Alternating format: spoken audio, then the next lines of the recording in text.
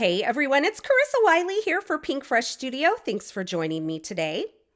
Today I am sharing an adorable love-themed card featuring the brand new Artful Foundations release from Pinkfresh Studio. It's available today and there is a brand new release blog hop happening. Make sure you are tuned in to the Pinkfresh Studio YouTube channel as well as their Instagram feed, and you're signed up for their newsletter because there's lots of inspiration and giveaways and so much fun happening surrounding this release. Today, I am featuring the new Jar of Wishes die set along with the coordinating stencil set, as well as the Little Things With You stamp set and the new Dazzling Diamonds cover plate. Now, the Jar of Wishes stencil set features 3 stencils. This first one I'm actually not going to be using at all, but this allows you to color in the entire area of the jar as well as the lid. The stencil number 2 will add your little highlights or little shadow points, and stencil number 3 creates 3 adorable tickets. Now this is kind of a half stencil, so I'm going to show you how to use it as we go throughout our stenciling. Now remember, for today's card project, I'm not using stencil number 1, so I'm setting it aside. Instead, I'm skipping straight to stencil number 2 and lining it up with the registration marks in the corner of the stencil with an A2 size panel. So this measures 4 1/4 by 5.5 inches.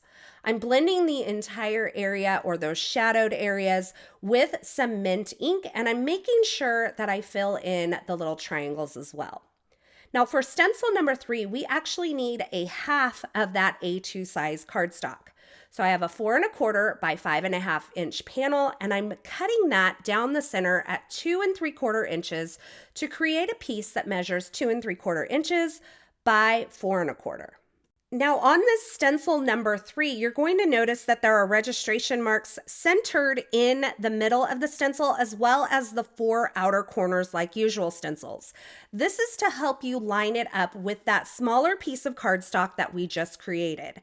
So I'm going to grab that piece of cardstock that we created and I'm going to line it up with the registration marks in the center and the outer edge.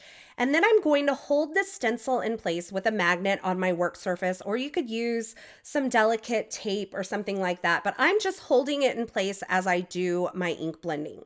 I'm using Ballet Slipper, Sunkissed, and Coral Reef here.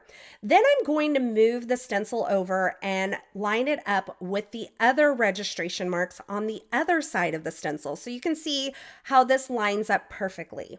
I'm using Mint, Coral Reef, and Ballet Slipper to complete my little blending on my tickets, and how cute are these? And as cute as they are now, wait until we die cut them.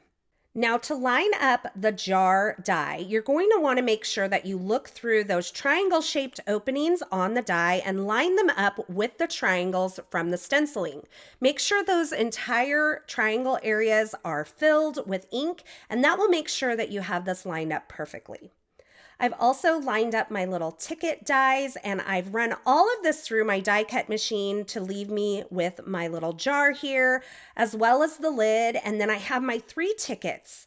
The dies on these add some adorable details, which I think are so much fun and really bring these little tickets to life. I'm going to grab the jar die again, and I'm going to align just the top portion or the lid portion with some champagne glitter cardstock. This is from the Metallics glitter cardstock pack from Pinkfresh Studio. It has gold and silver and some beautiful champagnes. It is lovely and makes the best little jar topper.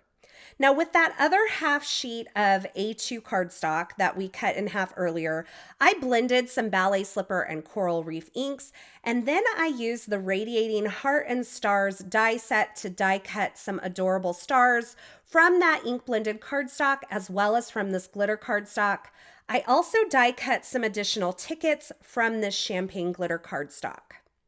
Now I wanted to add a little more color to my jar, and so I'm taking a 1-inch blending brush and some more of that mint ink and adding just a little more color to one edge. Now, if you're ever working with brand new stamps, this is a tip I recommend. I like to ink up my stamp and stamp it onto some scrap cardstock to make sure that my stamp is stamping properly before I stamp it on top of my project. That makes sure that the stamp is kind of conditioned and primed, because the first stamp that you get from your brand new stamps might not be perfect.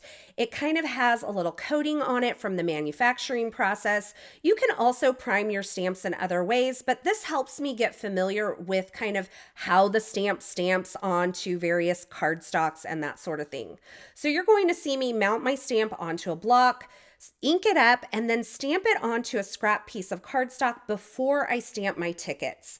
It just kind of familiarizes me with the position of the stamp on the block, make sure that everything's stamping properly, and make sure that I don't have to create more of these tickets, because while they're adorable and easy, I just didn't want to create more of them today. Now, I had die cut this jar from some white cardstock, and I went ahead and mounted that on the back side of the glitter cardstock just to give it a little more dimension. And for all of these additional glitter cardstock pieces, I'm just offsetting them with the coordinating die cuts to give a little bit of shine behind my tickets and these hearts that I created. I like to lay out everything on my work surface to make sure that everything's going to kind of turn out the way I want it. And when I am certain that I have a layout that I like, I can start adding things. I'm going to use some liquid glue to glue down this smaller heart inside of the jar, as well as that first ticket there that's in the center.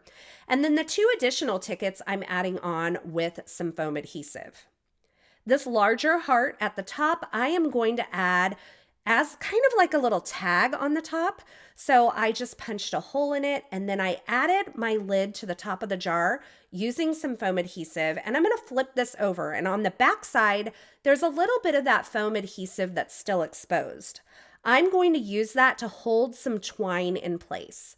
And I'm going to wrap this around onto the front side of my lid, and I'm going to use my reverse grip tweezers to hold the twine in place as I thread this little heart tag onto the twine. I love reverse grip tweezers for so many reasons, but tying twine is one of the best things that they are good for, because you can use them to hold your first little bit of your tying in place as you tie your bow. Now for the background on this card, I wanted a little bit of texture, so I'm using the brand new Dazzling Diamonds cover plate. I'm die cutting it from some white cardstock, and you can see I'm using the lazy method for removing this from the die. I'm also going to take a scrap piece of that champagne glitter cardstock and do some die cutting on this as well. I will be using just the little like negative pieces from this die cut to add some sparkles to my card. So I'm just die cutting them right now. I'm going to pop them out of the die using my dual tip embellishment tool and set them aside in a little tray, and I can add them on at the end of this card project. For the background, I wanted it to have just a slight bit of color, so I'm using some Ballet slipper kind of coming up maybe a third of the way up the bottom of this card front. And once I get the Ballet slipper blended on, I'm going to add just a touch of coral reef along the bottom. And then I'll take this, flip it over, add some Pinkfresh Studio liquid glue to the back of this Dazzling Diamonds cover plate die cut, and add it onto a sea glass card base that is A2. So this measures 5.5 by 8.5 inches, and it's scored at 4 1/4 to create this side folding A2 size card. Now, I really felt like this card needed one more element, so I grabbed the Dotted Fancy Frames die set from Pinkfresh Studio, and I die cut it from the largest one from some blush colored cardstock as well as some white colored cardstock. So I'm just nestling those two dies into each other, making sure they're equally distant around, and running those through my die cut machine to create this gorgeous pink frame that I added onto my card front using some liquid glue. Then I grabbed my adorable jar and I added it to my card front using some foam adhesive. I have it on the back already just to make this process easy. And then I'm going to finish off my card by adding a little bit of shine with those little Dazzling Diamond little negative pieces that we die cut from the champagne glitter cardstock. I'm just using my Pinkfresh Studio liquid glue and my dual tip embellishment tool just like I would with a sequin or a glitter drop to add those on to my card front. And that finishes off my really fun and sparkly love-themed card featuring the brand new Artful Foundations release from Pinkfresh Studio. You're gonna wanna check this out today. It's available now over at the Pinkfresh Studio website. And don't forget about the blog hop that's happening today to celebrate, as well as all of the release festivities that always happen at Pinkfresh Studio. You'll wanna make sure that you're subscribed here to this YouTube channel, as well as following along over on the Pinkfresh Studio Instagram page so that you don't miss a thing. As always, thanks so much for stopping by and hanging out with me today. I hope you enjoyed this project and I hope you enjoyed this video. If you did, be sure to give this video a thumbs up and don't forget to subscribe and turn on the notifications.